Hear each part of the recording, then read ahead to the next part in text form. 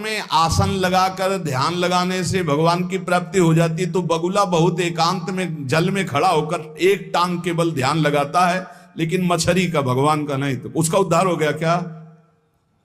ये तुकाराम जी की बात है।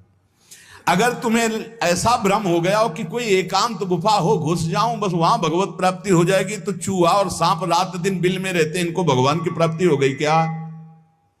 तुकाराम जी से जब प्रश्न किया गया कि क्या गृहस्थाश्रम में भगवान की प्राप्ति ऐसे हो जाएगी जो विरक्तों की हो जाएगी, बहुत ध्यान से सुनिए, सिद्ध संत है, वो कह रहे हैं कि पागल मत बनो, भगवान की प्राप्ति भगवान के भजन करने से होती, वो गृहस्थी में भी हो जाएगी। अगर तुमको लगता है कि वन में रहने से भगवान मिल जाते हैं, तो हिरण को मिल जाते, खरगोश को मिल जाते, बाघ को मिल जाते, सब ब्रह्म प्राप्त हो जाते। अगर तुमको लगता है कि एकांत में ध्यान लगाने से मिल जाते, तो बगुला जल में खड़ा होकर एक टांग केवल ध्यान लगाता है, लेकिन मछली आई गट्ट से खाया फिर शांत खड़ा है, बगुला को नहीं मिला। फिर कहते हैं कि एकांत गुफा में घुसने से भगवान मिल जाते, तो चूहा और सांप बिलई में रहते हैं रात दिन, उनको भगवान मिल जाते।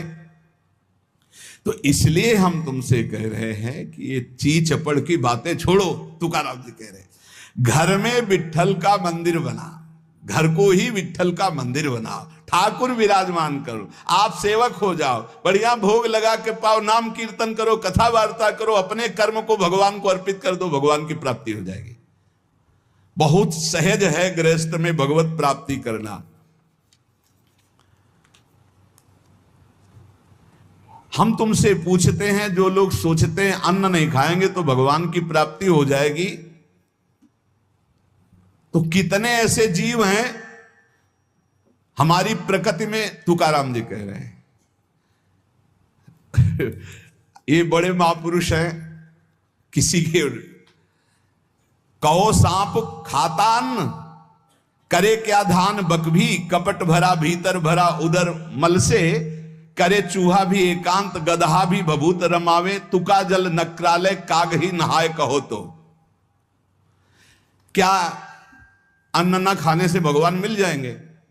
अगर हां, तो बहुत से पक्षी ऐसे हैं जो केवल फलाहार रहते हैं, बहुत से ऐसे हैं जो घास चर के रहते हैं, ना वो अन्न खाते हैं ना कुछ और, कुछ है फलाहार, कुछ है तृण चरते हैं, कुछ है पानी पी के केवल रहते हैं भैया, केवल पानी से।